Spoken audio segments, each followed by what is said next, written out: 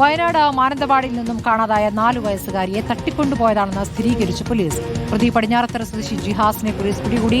കഴിഞ്ഞ ശനിയാഴ്ചയാണ് വീട്ടിൽ കളിച്ചുകൊണ്ടിരിക്കുന്നതിനിടയിൽ 4 വയസ്സുകാരിയെ കാണാതായത്. 2 മണിക്കൂറിന് ശേഷം കുട്ടിയെ കണ്ടെത്തിയിരുന്നു. ദീപക് മോഹൻ വിവരങ്ങളുമായി. ദീപക്, ഇപ്പോൾ കുട്ടിയെ നേരത്തെ തന്നെ കണ്ടെത്തിയാണ്. പ്രതി ഇപ്പോൾ പിടിയിലായിരിക്കുന്നു. എന്താണ് അറിയാനാകുന്നത്? എന്തിനാണ് ഇയാൾ കുട്ടിയെ തട്ടിക്കൊണ്ടുപോയത്? സ്മൃതി, പ്രാഥമികമായി പോലീസ് നൽകുന്ന വിവരം കുട്ടിയെ തട്ടിക്കൊണ്ടുപോയത് എന്ന് തന്നെയാണ് ഇപ്പോൾ പോലീസിന്റെ ഭാഗത്തു നിന്നൊരു സ്ഥിരീകരണം ഉണ്ടാകുന്നത്. അതുമായി ബന്ധപ്പെട്ട് ജില്ലാ പോലീസ് മേധാവി അല്പം മുൻപാണ് മാധ്യമങ്ങളോട് പ്രതികരിച്ചത്. കഴിഞ്ഞ ശനിയാഴ്ചയാണ് ഈ സംഭവം നടക്കുന്നത്.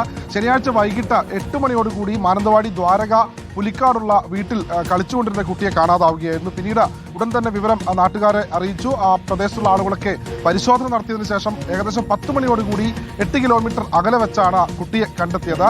തുടർന്ന് പോലീസ് വിശദമായ അന്വേഷണം നടത്തി. നിരവധി CCTV-കൾ അടക്കം ദൃശ്യങ്ങൾ ശേഖരിച്ചു. ആ ദൃശ്യങ്ങളിൽ ഒരു ദൃശ്യം പോലീസിന് ലഭിച്ചിരുന്നു.